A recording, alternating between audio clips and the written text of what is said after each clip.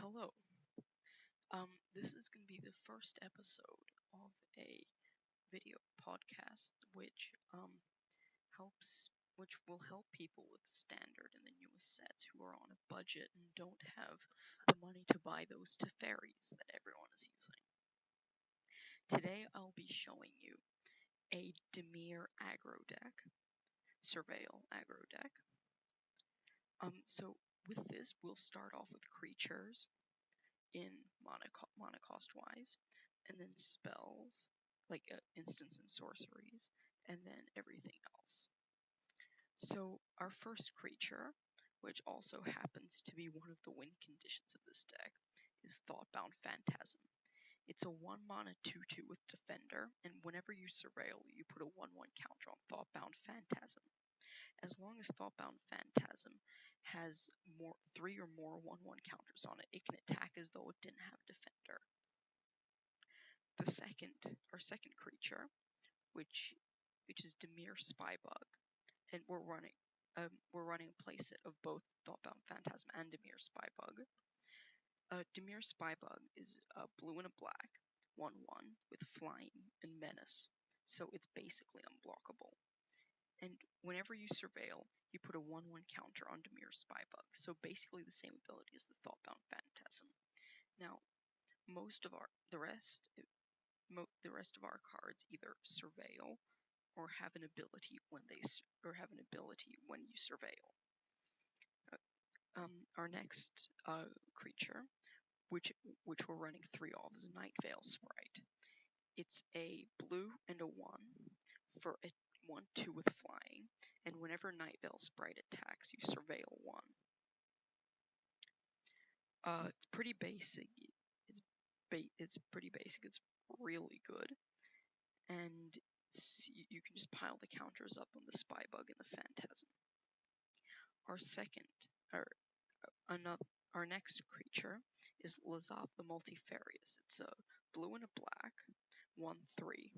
When Lazav the Multifarious enters the battlefield, Surveil 1. And you may pay, its second ability is Pay X. Lazav the Multifarious becomes a copy of target creature in your graveyard with converted mana cost X, except its name is Lazav the Multifarious. It's legendary in addition to its other types, and it has this ability. We're running 2 of Lazav.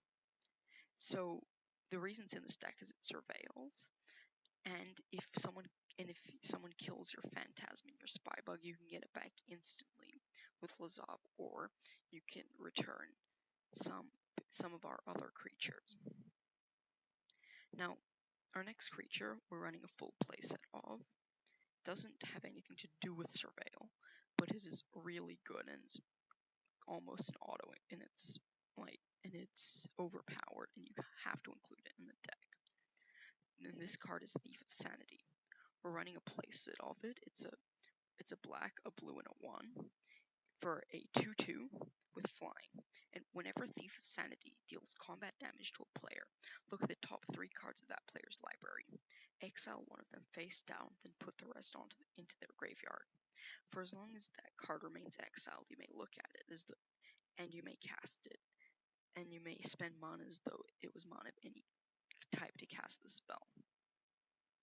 So you're basically playing your opponent's deck with this card, and if you can get more than 1 onto the field, you can be exiling 2 cards and putting the rest in their graveyard. Not only is it good for mill because you're removing cards from their deck, you're also giving yourself card advantage, which is great. Our next creature, which is actually 2 creatures. So if the budget version of this is Watcher in the Mist. It is 5 mana, so 2 blue, 2 blues, and 3/4 with flying, and when it enters the battlefield, you Surveil 2. Or Doom Whisperer, which is a 3 mana black with flying trample, and you may pay 2 to Surveil, pay 2 life to Surveil 2. It's a 6/6.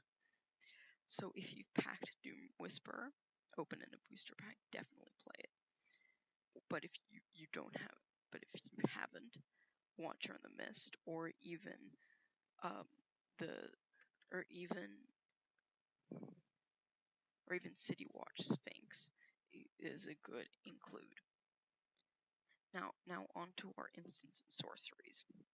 Our first sorcery is Thought Eraser. It's a blue and a black and sorcery, and target opponent reveals their hand. You choose a non-land card from it. That player discards that card, and you surveil one. So not only is this a removal, but you surveil to help your Phantasm and your Spybug, and you know what they're playing, so you can prepare yourself. You know what they have in their hand. Our next card is Discovery Dispersal. For this deck, we usually play Discovery because it surveils and draws you a card. So Discovery is one in a hybrid blue-black, and it's a sorcery and it lets you surveil 2, then draw a card.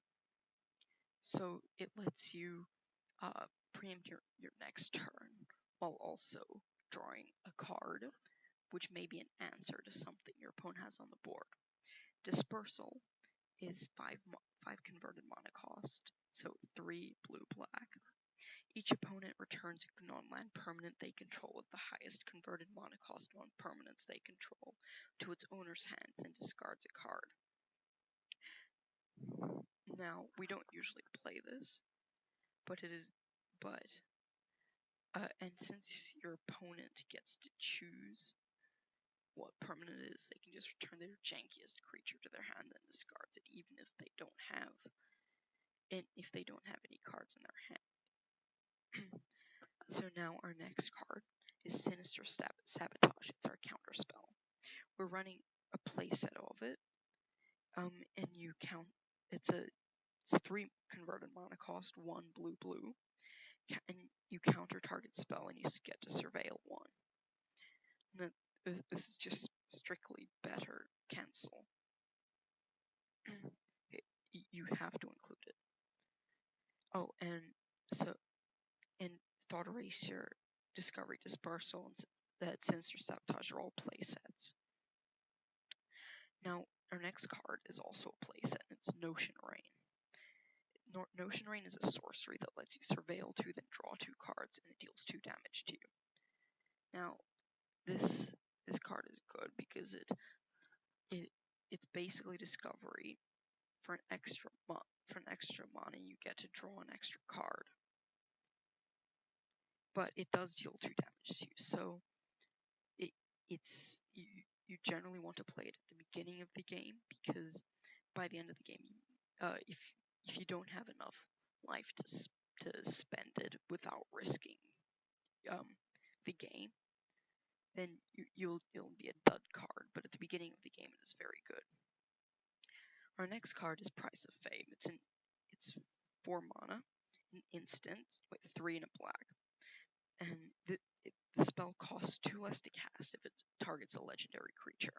Its ability is to destroy target creature, and you can surveil 2. This is good removal because there are plenty of good legendary creatures that you'd want to kill for the reduced cost, but even without that, it lets you kill their bigger creatures unconditionally. Our next card is Mission Briefing. We're playing 1 of Mission Briefing and 2 of Price of Fame. Mission Briefing is blue and a blue instant. Its ability is to surveil 2, then choose an instant or sorcery card in your graveyard. You may cast this card this turn. If that card would be put into your graveyard this turn, exile it instead. So its ability is pretty much the same as Snapcaster Mage, which is good. But Snapcaster Mage does give you a creature, but this lets you surveil 2. So this would give you so the thing that makes this in this deck about even to Snapcaster is because you surveil 2, so you can put a counter on both your Phantasm and your Spybug, and then you can return and then you can cast a card from your graveyard, instant or sorcery from your graveyard, which is good because that gives you 2 surveil triggers. And so 2 counters on the Spy Bug or the Phantasm, depending on what card what instant sorcery you return. But it does happen that every instant sorcery surveils, so it's a win. Our final card is Enhanced Surveillance, which we're running 2 of. It costs 2 for a 1 and a blue. It's an enchantment. You may look at an additional 2 cards each time you surveil. Then you exile Enhanced Surveillance and shuffle your graveyard into your library. This card is good because it lets you preempt your next turns. And if the game draws long, it lets you put your cards into your library again in case you risk milling yourself out.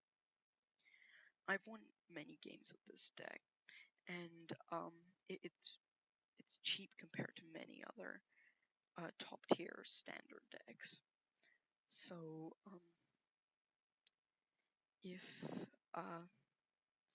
and remember always,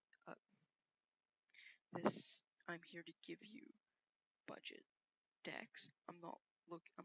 There will be no overly expensive cards in these decks because many Magic players cannot afford those Teferis and Veraskas. So these deck techs that I will be giving you are aimed at you people. Thank you for listening to this deck tech, and I hope you come back for our next videos.